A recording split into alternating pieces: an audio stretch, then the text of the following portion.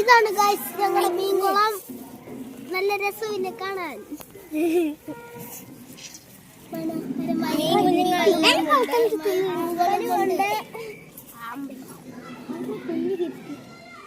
ഞങ്ങളുടെ വീട്ടിൽ ഇതുപോലുണ്ട്. ഞങ്ങളുടെ വീട്ടിൽ താമരമുട്ട്. താമരയല്ല, എന്റെ വീട്ടില് താമരയുടെ മുട്ട കിടക്കുന്നത് വളത്തിന്. അവിടെ ഒത്തിരി ഇല്ല. എന്റെ വീട്ടിലും ഉണ്ട്.